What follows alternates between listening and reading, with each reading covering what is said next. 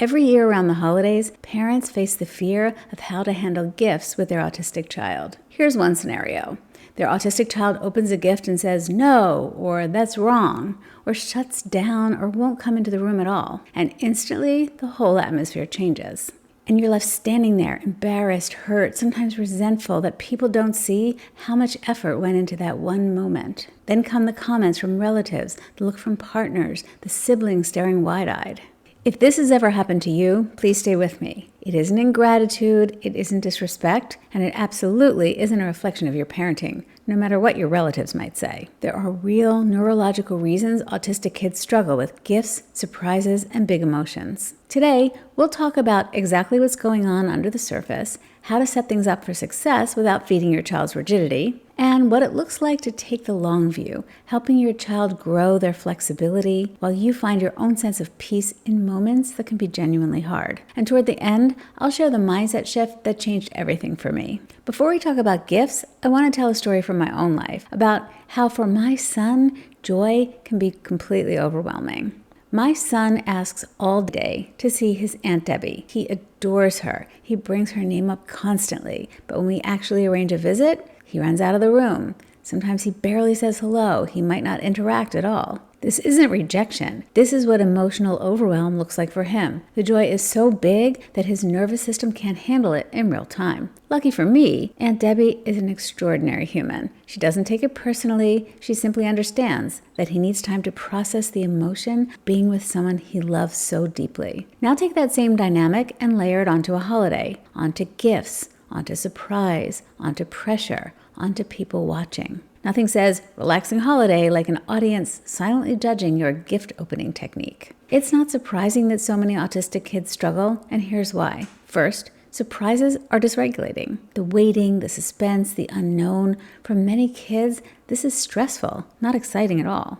Second, rigid thinking can create a fixed vision. So if your child pictured something very specific, anything else feels wrong. That can be the order in which presents were given, the size of the present, what was inside. Not mildly disappointing, completely intolerably wrong. Third, social scripts don't override overwhelm. When adults expect a smile or a cheerful thank you, our children may give the only response they can, honesty. By the way, if you're thinking, she just described my exact life, I work with families navigating this daily. I'll share more about this later, but first, let me explain what's happening in your child's brain. Also, I would be so grateful if you would consider subscribing to this channel and hitting the like button, which helps me reach more parents.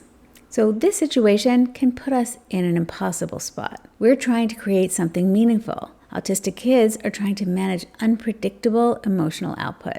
And those two things collide right in the middle.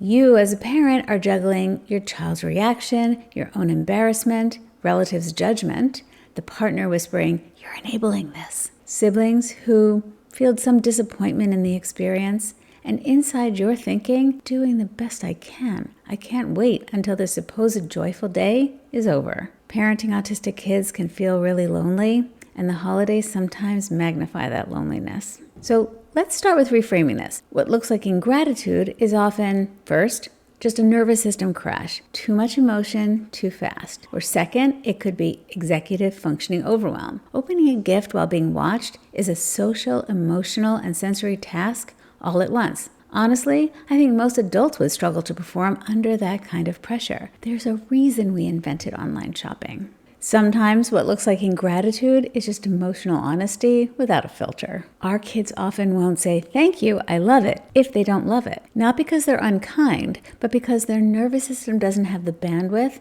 to perform that social script in that moment. And if we're being real here, don't we all wish we could get away with that level of honesty at social gatherings? Just like my son running away from someone he loves so deeply, the emotion is just too big. Here's where we can make things easier for everyone. Here are a few simple tools. First, set up the environment for success. If your child can't handle opening gifts in public, don't make them. If surprises overwhelm them, reduce the unknowns. If honesty is their default mode, then give them a neutral phrase like, thank you for the gift. Not, I love it, just an acknowledgement that doesn't violate their integrity. That's not pandering, it's scaffolding. Second, avoid black and white thinking about progress. Many parents fall into two perfectly understandable extremes. Either they try to force the child to adapt in the moment, or they give up completely because the whole thing feels impossible. But growth happens in the space in between. I know it's not easy, but making peace with the idea that this is where we are right now and what is the next possible step can help you build those steps toward ultimate success. This isn't preachy self-help. This is exactly how it works. And honestly, this is one of the core things I help parents do in coaching. We untangle the black and white thinking together,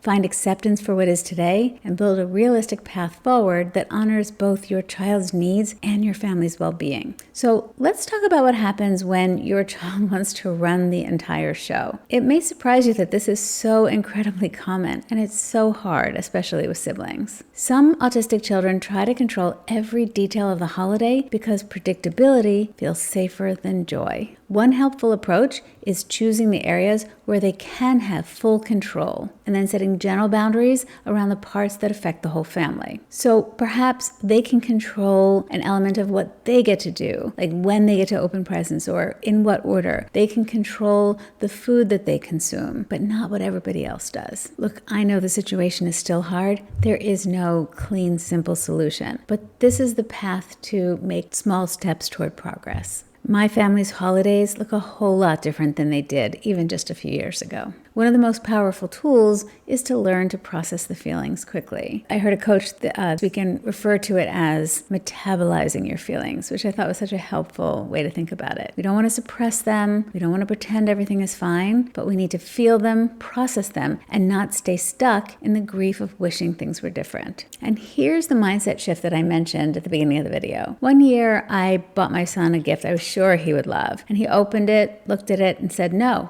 and just walked away from it, totally abandoned it. And for a moment, my heart sank. It felt personal.